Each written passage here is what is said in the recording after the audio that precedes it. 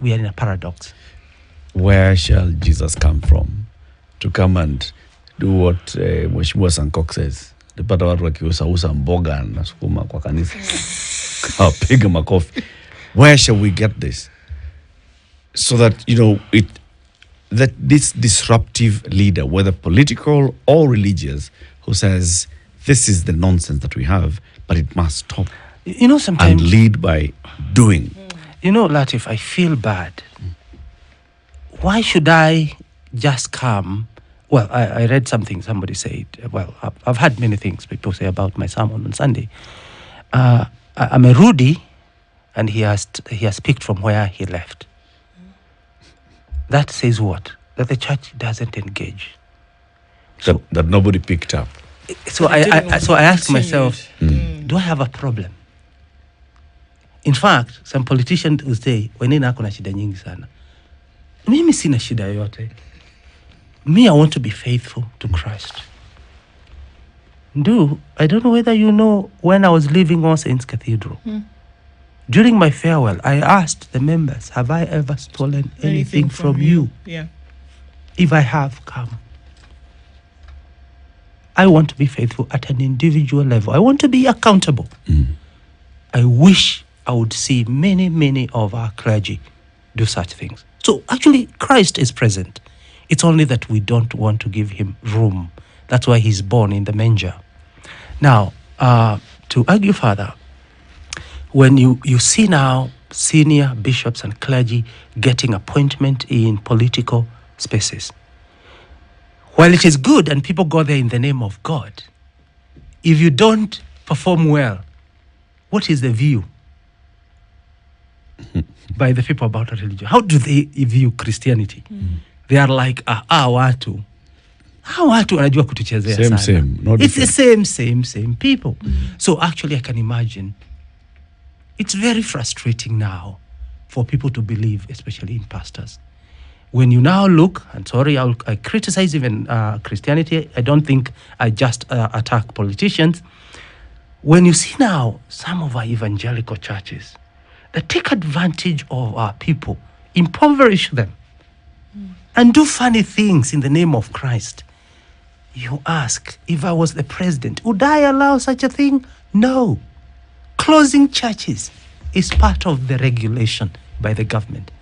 But you know what? Back to the paradox. They're the beneficiaries of the same confusion.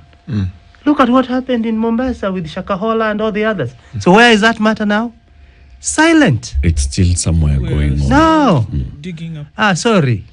Tell me in 10 years whether anything will have happened. Nothing will come out of it. Nothing. There's also the team that was formed to look at how best to then regulate the church or religion.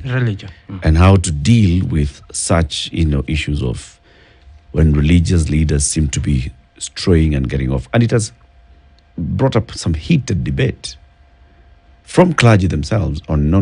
There's some areas where you cannot go. If you go there, then now you'll be, crossing the line and challenging God. How do we address these issues? You know what? And that's why on Sunday, I didn't just challenge the government, the executive, I also challenged the parliament. Because they are the ones who create the laws. They debate them. Let them make laws for this country. Laws that are fair, but they are also punitive and strict. Otherwise, the difference between the developed world and the developing is lack of laws and also the implementations, especially the enforcement of those laws. And that's why I think many people had a lot of hope in President Ruto. Why? He came strong as a Christian. He showed that he knows the hustler life. He demonstrated that the problem was actually with Uhuru government, which he was part of, unfortunately. Again, another paradox. He looked like people would believe him. Today, we have a government that suffers trust deficit. And that's why the constant engagement is important. If the church cannot regulate itself, in my view, and I've said this here before, let it be there. Let the government take control of the lives of Kenyans. Otherwise, why would you be charging thieves outside there? And you can't charge pastors who are also thieves. The same law should be applied. You said there must be a discipline. Some of these things then, raise doubts on the credibility of Christianity as a faith.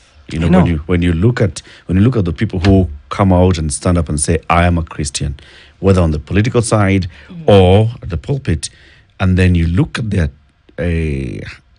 mannerisms and their habits and what they're doing and what they're saying, and you ask yourself, really, what is being Christian? What is this being Christian all about? And why you say you have this tag of being a Christian, but the practice is completely different. You're right. Let's just call it. Some religious leaders in this country are wash people. And you can see it. People